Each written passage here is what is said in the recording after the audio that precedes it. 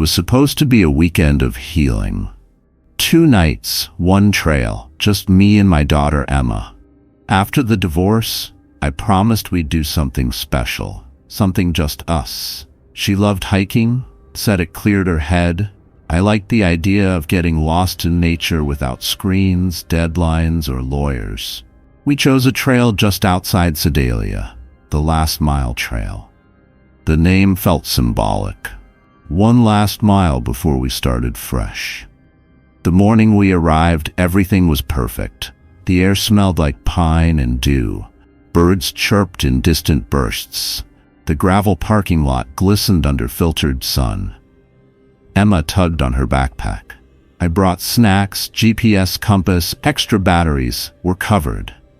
I grinned. Someone did their homework. The trailhead sign was freshly painted. Last mile, 6.3 miles one way, out and back. Moderate elevation. We passed 2 other hikers, older women with walking sticks, and exchanged pleasantries. They warned us to start early. The trail gets weird if you linger too long, one of them said with a smirk. We laughed. We shouldn't have. For the first 2 hours, it was everything I hoped it would be. Sunlight dappled the path through towering pines. We talked about school, books, stupid YouTube videos. Emma even laughed, really laughed, and for the first time in months, I felt like I had her back. Every mile was marked with a wooden post etched with the number. Mile 1. Mile 2. At mile 3, the wind changed, fell silent. Birds stopped. The air felt thicker. But we kept walking. At mile 5, Emma said, "Didn't we pass that tree already?" It was a dead pine, split down the middle like a lightning scar. I remembered it too, but I chalked it up to overthinking. "Maybe there's more than one," I said. She didn't look convinced. We reached mile 6.3, the turnaround point, but there was no sign, no marker, just more trail. "Did we miss it?" Emma asked. We walked another mile. No sign. Another mile. The sun didn't move. My watch read 2:48 p.m. It would read that same time for the next 3 hours. We turned back, but the mile markers were gone. No wood posts, no trail signs, nothing. The trees looked wrong now, closer, tighter. Emma's GPS blinked out. My compass spun. We retraced our steps and walked in circles. At dusk, Emma saw something first. "Dad, is that me?" Up ahead stood a girl. Same age, same build, same clothes, but older. Eyes hollow, skin pale, hair tangled. She stared at Emma and whispered, "Turn back," then vanished behind the trees. We ran, tripped, fell, got up. Sweat and blood and mud caked our clothes. I tried to radio for help, no signal. Then I saw him, older, me, 30 pounds thinner, beard unshaven, eyes wild. He grabbed my arm. "Leave her. Run." I punched him. My fist went through smoke. He was gone. Emma cried in her sleep. I didn't sleep. I watched the woods shift in the moonlight. I heard footsteps circling our tent. Sometimes I heard myself whispering. Sometimes I heard Emma screaming from deep in the trees.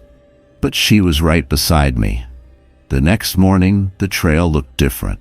No path, just trees, identical in every direction. Our supplies dwindled, hunger clawed, thirst scraped. We saw more versions of ourselves, some begging, some warning. One Emma was nailed to a tree, still alive, whispering, "Don't let it choose you." We don't know how long we've been here. Time is broken. The forest hums at night, a low vibration that rattles our teeth. Sometimes I dream I made it out, that Emma's safe. Then I wake to the same trees, same shadows, same path that never ends. This morning Emma didn't wake up. She was cold. I screamed until my throat tore. Then I turned and saw another Emma walking the trail, smiling, alive. She didn't look at me, just kept walking, so I followed. I still am. I don't know which version of me is writing this. I don't know if I'm real. But if you find this journal, don't take the Last Mile Trail. There is no end, only replacements. If you enjoyed this story, be sure to like, share, and subscribe. They say the forest doesn't remember, but I know that's a lie. We buried Caleb out there 20 years ago, his body never found. His name etched into a rock with a pocket knife like that made it final. Now the rest of us, me, Darren, Lex, and Marley, have come back. For closure. For guilt. Maybe just to see if the forest still hates us. It started as a reunion. Lex organized it. Said we should return to Camp Mason for a weekend, drink cheap beer, and pretend the years hadn't driven us apart. The drive up was full of old stories and bad music, the kind of stuff that papered over tragedy. The woods looked smaller now, the cabins shabbier, but the air still smelled the same. Damp pine, moss, that faint undercurrent of rot. The first night was easy. We laughed, we drank, we didn't say Caleb's name, but we all thought it. Especially when the fire crackled just a bit too loud. On Saturday morning, Darren saw the path. It wasn't there before, he said. He was right. Beyond the clearing behind our cabin, where we used to play capture the flag, was a new trail. Thin, twisting, it looked freshly carved into the underbrush. Animals, maybe? Marley offered. But the trail was too clean. Too deliberate. Lex, always the skeptic, dared us. We've got the day. Let's see where it goes. So we went. The trees changed fast, thicker, taller, the bark darker, almost scorched, light barely touched the ground. Birds were gone. About a quarter-mile in, we found the first totem. A crude figure hung from a tree limb. Twigs and knotted grass formed a torso, but the skull, small, cracked, was real. Animal, maybe, or not. We stared at it. No one laughed, no one touched it. We kept walking. Every few yards, another totem. Some made from bones and branches. Others woven with what looked like hair. One wore a rusted Boy Scout pin. Marley vomited. "I don't like this," she whispered. None of us did. But we couldn't turn back. Not yet, because the trail kept feeling familiar, like we'd walked it before. Lex found the clearing. We all stopped breathing. It was exactly where Caleb had fallen.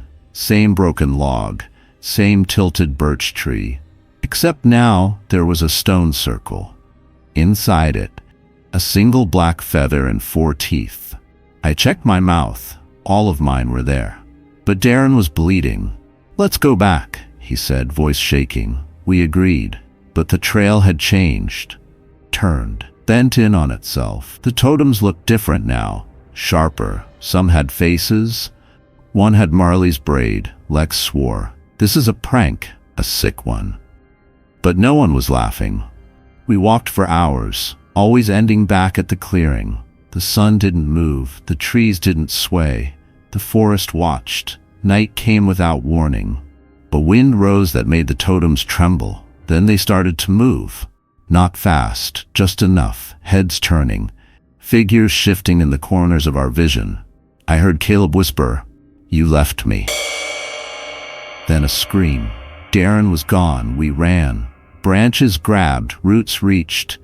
Something pulled Marley back into the trees. Her scream gurgled, then stopped. Lex and I made it to a hollow log and crawled inside. Held our breath, listened to the whispers outside. 4 came back, 3 shall stay. When I woke, Lex was gone. Only his watch was left, still ticking. I crawled out. The forest was silent. The totems were closer. Each one now bore our faces. I found the path again. Ran until I saw the cabins. They were burned. Charred skeletons in the clearing, like they'd been that way for years. I walked into town. No one recognized me, but they whispered as I passed, and one old woman stopped me. "You were one of them," she said. "From the fire. From Deadfall Hollow." I didn't correct her, because when I looked in the mirror that night, my eyes were missing, just 2 black holes, and something inside me was growing. My followers call me the Trail Hound. Over 200K subscribers, 500,000 TikTok fans. I make my living hiking solo through America's most brutal terrain, swamps, canyons, frozen lakes, and live streaming it all. Pain sells. Isolation sells. So when people started whispering about Stillwood Forest, I knew I had my next challenge. A forest no one dares enter after sundown. A place where compasses spin and cell signals vanish. A place people walk into but don't walk out of. Perfect content. The hike-in was uneventful. Spring air, buzzing flies, trees tall and thick with sap. I narrated every step. Day 1, Stillwood, full pack, 1 week, no contact. Let's see what the legends are hiding. Thousands tuned in. The chat was flying. LOL, good luck, Trailhound. Hope you don't get eaten. Bet it's just a bunch of squirrels. I grinned, clicked my solar rig on, checked the drone. All systems go. The first day went fine. Campfire, dehydrated chili, coyotes howling miles off. But at sunset the forest changed. The air lost its movement. Not just still, unnaturally still. Even the leaves stopped rustling. I kept narrating to break the silence. Something's weird about this place, folks. No wind, no birds, like the woods are holding their breath. The chat responded, "Why did everything just go quiet? Dude, is that a shadow behind you?" Turn around, I laughed. "You guys are too much." I checked the feed. Nothing there. Just trees. That night I couldn't sleep. Kept waking to crunching leaves. Footsteps or branches falling. I sat up, flashlight in hand. Shadows twisted through the trees. No breeze, no source, just movement. Like something pacing outside my sight. Day 2, I found strange things. Tree trunks carved with perfect circles. Moss growing upward. Rocks arranged in spirals that hadn't been there before. The chat was eating it up. "Stillwood, you creepy bastard," I joked. But my smile didn't reach my eyes. That evening, I did a face-to-cam monologue. "All right, Trailhound Pack, if I vanish, tell my mom I went out doing what I love." Then I clicked on the drone for a sunset shot. The drone feed showed me from above. And behind me, something moved. Tall, thin, wrong. I turned, nothing there. The drone's feed glitched, then blacked out. That night, I dreamt of screaming trees, of being buried in roots, of my camera blinking red as something whispered, "Stillness is watching." I woke to find my tent unzipped, nothing stolen, but my boots were full of mud. Day 3. My stream cut out twice. My compass spun all day, no birds, no bugs, just stillness. The chat grew panicked. "Dude, you're not alone. There was something behind you again. Tall." I replayed the footage and saw it. Black, towering, closer. Each clip closer, always just behind me. I tried to hike out. Every turn led me back to the same clearing, the same twisted tree with red moss. I marked it. Still came back to it. Again and again. The forest wouldn't let me go. Night 3, I sat by the dead fire and rewatched the full stream. Chat had gone dark. I watched myself hike, watched the trees shift subtly, watched myself freeze mid-step. Just once. For 5 full minutes. Eyes open, not blinking, not moving, and something stood beside me, hand on my shoulder. But I never reacted, never turned, never saw. I screamed through the laptop, ran, branches whipped my face, blood poured from my legs. Still ended up in the same clearing, still alone, still watched. Now it's day 5. I stopped filming. The trees are too close. The shadows don't match the light. They move when I don't.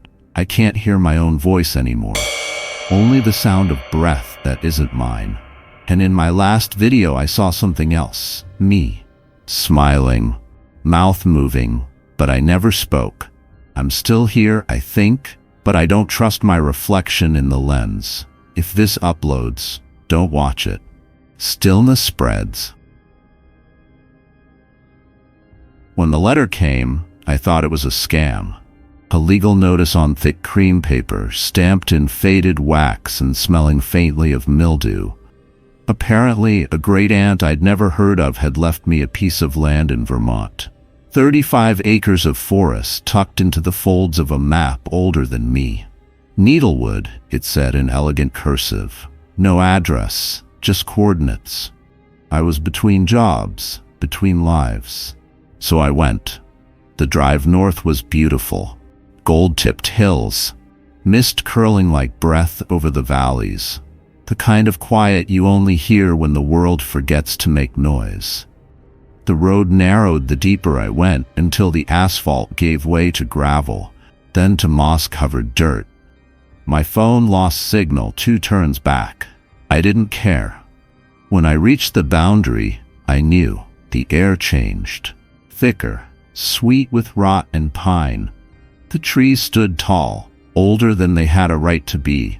Some trunks wide as cars, others clustered so tight they blocked the sky. And in the middle of it all, a village. 7 cabins, all wooden, all abandoned, but intact, like time had bent around them. Their windows stared out like blind eyes. Doors hung half open, vines snaked across roofs, but nothing had collapsed. No graffiti, no animals, just quiet. And one cabin had a nameplate over the door, Wren. My last name, I explored cautiously. Dust hung in the air like memory. The cabins were filled with old furniture, dishes still stacked, even clothes in the closets. Everything frozen, preserved, like the people had just stepped out for a walk. But there were no paths, no tire tracks, no signs of life at all. And yet the forest watched. That night, I made a fire inside the Wren cabin, used dry wood from the bin beside the stove, lit candles, unpacked my things. It should have been cozy. It wasn't. The trees pressed against the windows like voyeurs, and when I opened the curtains before bed, they were closer. I told myself I was imagining it. The next morning, I found the first carving on a tree just outside the cabin door.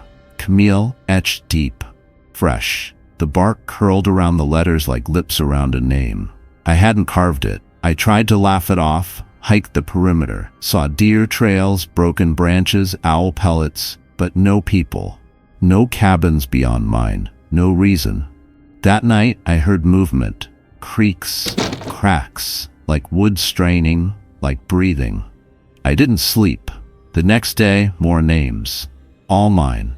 Dozens, on trees, on door frames, on the porch rail. Camille, Camille, Camille. One was carved into the wood beneath my pillow. I packed to leave. The path was gone. Just trees. Endless, unmoving, watching. I screamed. Nothing answered, not even birds. That night, the cabins were different. Windows open, curtains fluttering without wind, a light in one I hadn't entered. I went in, photos on the wall, old, sepia, all of me. Different clothes, different eras, same face, always in the woods. Always smiling. I tried burning one of the cabins. The flames died fast. The wood too damp, too green, too alive. Then the trees began to whisper, words just beneath understanding, like prayers or names, mine, always mine. I slept on the floor, axe in hand. Woke with bark on my skin, lines down my arms, fingers stiff. The forest had moved inside me. This morning there was a mirror by the door. Not mine. Set in an oak frame. Inside I didn't see myself. I saw the forest and the cabins. And behind me, someone smiling. Someone with my face. I don't know if I ever really left this place, or if I was always here. One of the women in the photos, one of the names in the bark, one of the roots. If you come to Needlewood, don't stay. Don't sleep, because the forest remembers, and it's always growing. If you enjoyed this story, be sure to like, share, and subscribe.